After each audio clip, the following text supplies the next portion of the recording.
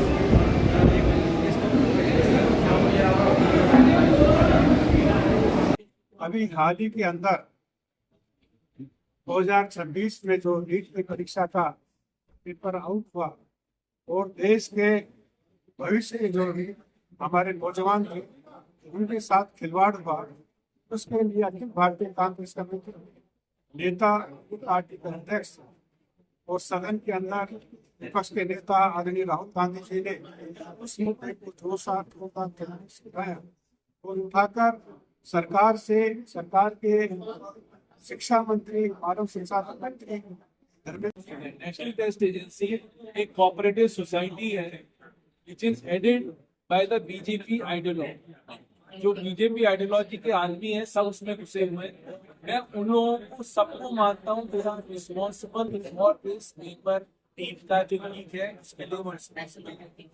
National Test Agency कोई government agency नहीं है। It is a cooperative society. Again, I am repeating, it is a cooperative society which is headed by the BJP ideologue. So people who are responsible, जो आदमी responsible है इस paper leak के, उन सबको तुरंत प्रभाव से उनको रिजाइन करना। आज राजस्थान की हालत इतनी खराब है, आप देखिए कितने बच्चों ने सुसाइड कर लिया। Who is responsible? कोई रिस्पॉन्सिबिलिटी तो लेना, कि कोई रिस्पॉन्सिबिलिटी नहीं है। कम से कम 15 से 20 बच्चों ने सुसाइड कर लिया। एक ऐसी बच्ची ने राजस्थान में सुसाइड करा जिसके माँ बाप ने सब बेच के उसको पढ़ाया था, उसको नीट की तैयारी कराई थी, उसके लिए कौन रिस्पॉन्सिबल? हमारा सिर्फ ये कहना है, पीपल जो आदमी इसके लिए रिस्पॉन्सिबल है वो रिजाइन करे, अपनी जिम्मेदारी स्वीकार करे। हर आदमी से गलती होती है, वो स्वीकार करना कोई बहुत बड़ी बात है। हर आदमी हम भगवान नहीं है, हम गलती कर सकते हैं तो उस गलती पर हम अपने आप को स्वीकार करें, यही हमारा है। दूसरी चीज कह रहा हूँ, राजस्थान सरकार की इतनी हालत खराब है, हमारे यहाँ मंत्री शंत्री बात कर रहे हैं धौलपुर में आके, उनको ये नहीं पता कि धौलपुर में जो सबसे बड़ा प्रोजेक्ट था जो वसुंधरा जी ने तैयार करा था, धौलपुर लिफ्ट इरिगेशन योजना, जिसका प्रधानमंत्री जी ने लोकार्पण कर दिया 1 साल पहले लोकार्पण हो गया। क्या पानी मिला धौलपुर की जनता को? आज तक पानी नहीं मिला। इरिगेशन मंत्री को ये नहीं पता है कि भी पानी मिला है कि नहीं मिला है। क्या वो डिपार्टमेंट संभालेंगे? दूसरी चीज मैं आपसे कहना चाहता हूँ, 3 महीने से म्युनिसिपैलिटी में तनख्वाह नहीं मिली है कर्मचारियों को। उन कर्मचारियों के बच्चों की फीस कैसे जाएगी? नई किताबें कैसे आएंगी? नई स्कूल की ड्रेस कैसे आएगी? कौन रिस्पॉन्सिबल है? कोई तो रिस्पॉन्सिबिलिटी उठाए। इनका फाइनेंशियल मैनेजमेंट बिल्कुल फेल हो चुका है। इनको ये ही नहीं पता कि फाइनेंस किस तरह से मैनेज होता है। ये सरकार जो फाइनेंस मंत्री है वो बेचारा एक्सपेंडिचर मंत्री है, उनके पास रेवेन्यू डिपार्टमेंट ही नहीं है। लास्ट ईयर बजट का जो इनने घोषणा करी थी 2,93,000 करोड़ उनकी रेवेन्यू होगी, उसकी जगह रेवेन्यू हुई 2,40,000 करोड़। 50,000 करोड़ रुपए रेवेन्यू में कम आया। उसी वजह से आज सबको तकलीफ। ये सरकार की इनएफिशिएंसी है।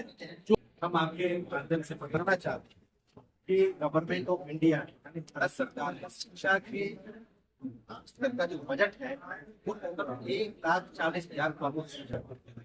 लेकिन आप नीट छात्रों की बात करें कि देश के अंदर 22 लाख छात्र नीट का एग्जाम देते हैं। अगर हम उनके बिल्कुल पूरा खर्च उठा के देखें तो वो लगभग 1,32,000 करोड़ रुपए का खर्च आता है एक साल का, जो कि भारत सरकार की शिक्षा के ऊपर खर्च के एक बराबर ही है। आज देश के अंदर युवा बेरोजगार है, हमारे साथ में अपने पेपर देखिए बड़े कदम हम चाहते हैं घर में बात है एक मौके जो कि है एजेंसी है उनके 3 अहम बदलाव किसके कहने से किए गए। अधिकारी कह रहे हैं हमने किए बदलाव कराए आज 22 सोसाइटी में राजस्थान की बच्ची आवाज चाहते सॉरी पापा मैं नहीं कर पाऊंगा क्योंकि मेरे पहले नहीं बेटा बच्चे बात बहुत अच्छा कर